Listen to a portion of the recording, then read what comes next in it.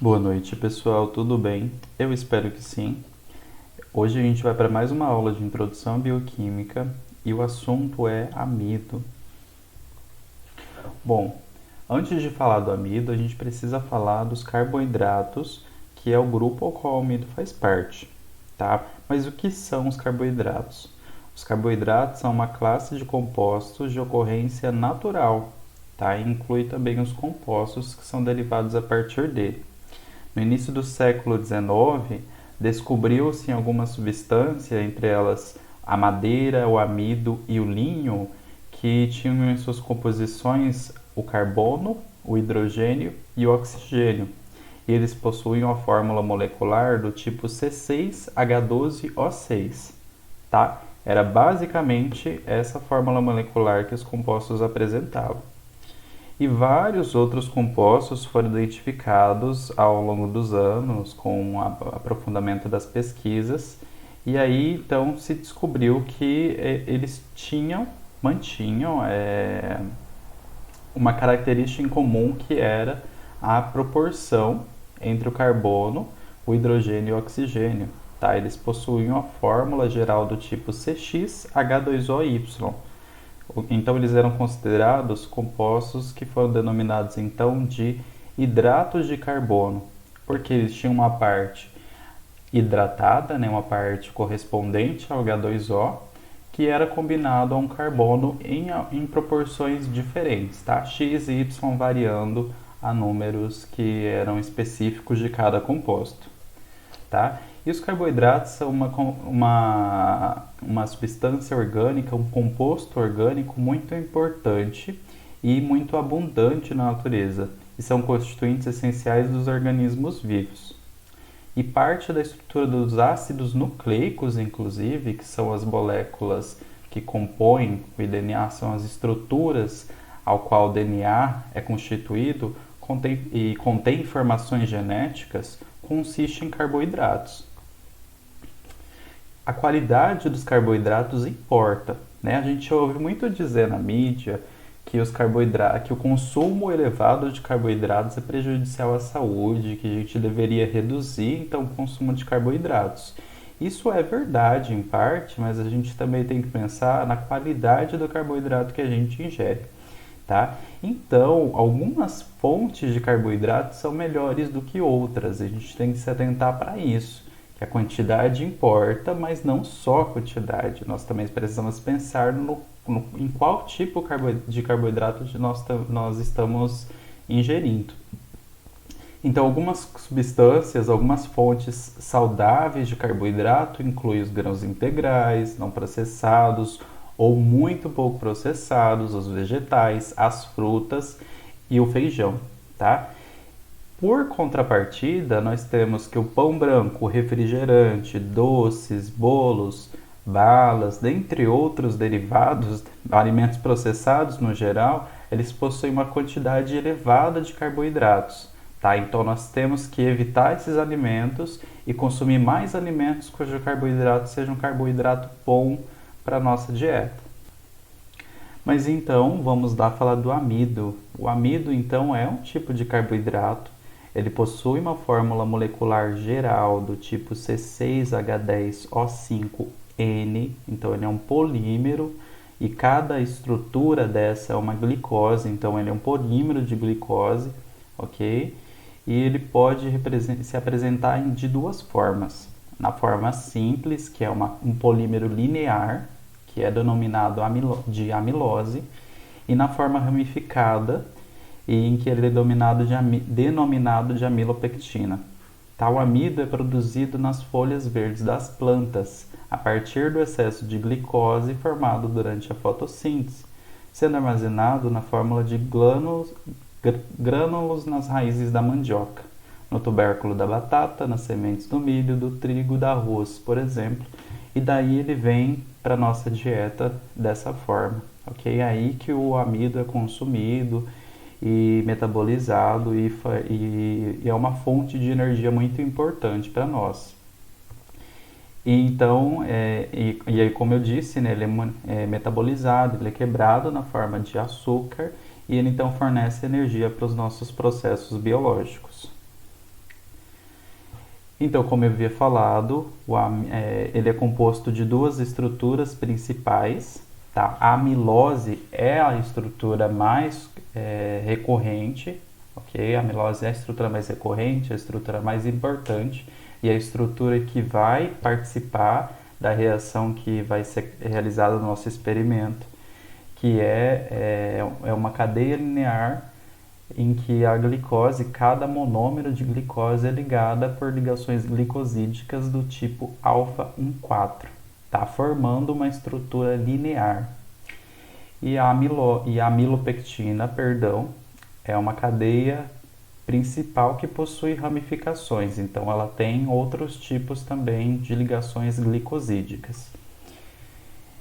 Então, sobre o nosso experimento, nós vamos fazer a detecção do amido na presença de iodo, ok? Nós primeiro vamos aprender a sintetizar, aprender a produzir amido a partir da batata. E em seguida, a gente vai caracterizar, detectar a presença do amido com a utilização do iodo, tá? E em seguida, a gente volta para dar as nossas referências. Bom, pessoal, estamos aqui de volta, então vamos ao nosso experimento. Antes, eu só gostaria de fazer uma correção em relação ao vídeo anterior.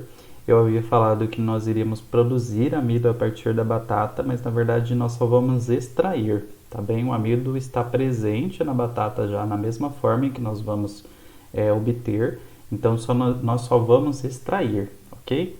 Então aqui nós temos 4 batatas que nós vamos fazer a extração, ok? Pode ser batata lavada, pode ser batata não necessita ser algum tipo específico de batata, o tamanho também não é muito relevante. Nós vamos descascar essas batatas e em seguida nós vamos ralar, ok? Ralar todas as batatas com cuidado para não machucar o dedo. Depois que a gente tiver ralado todas as batatas, nós vamos adicionar água, tá, ao recipiente. Mexer para que a água se espalhe bem. Continuar mexendo, isso também é para a gente estimular a extração.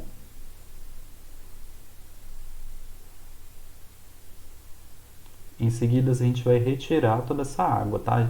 Antes a gente vai deixar de molho por algumas horas e depois a gente vai retirar essa água.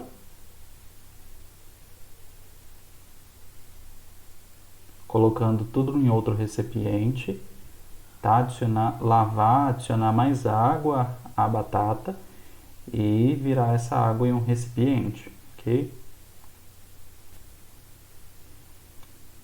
Certo, daí a gente vai deixar descansando um pouco. A gente pode perceber que no fundo do recipiente formou já um material branco, um sólido branco. Daí a gente vai retirar então essa água, o excesso dessa água a gente vai retirar e em seguida a gente vai misturar, tá, para esse sólido branco se solubilizar nessa água e aí virar numa peneira para que a parte para que o restante da batata que ficou ali no recipiente ele seja retirado então.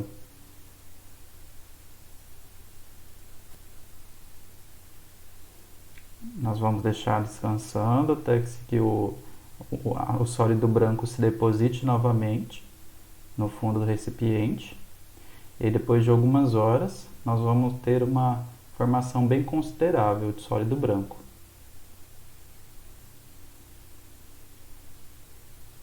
Daí a gente então vai lavar algumas vezes esse sólido, misturar para lavar bem.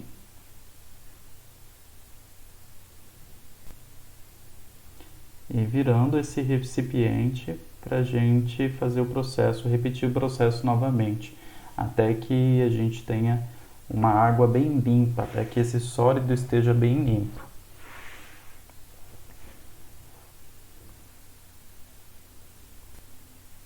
Agora que a gente tem um sólido bem límpido, a gente vai virar num recipiente de vidro, pode ser de vidro para a gente conseguir enxergar melhor, e deixar esse sólido secar, tá? Em cima de um papel toalha.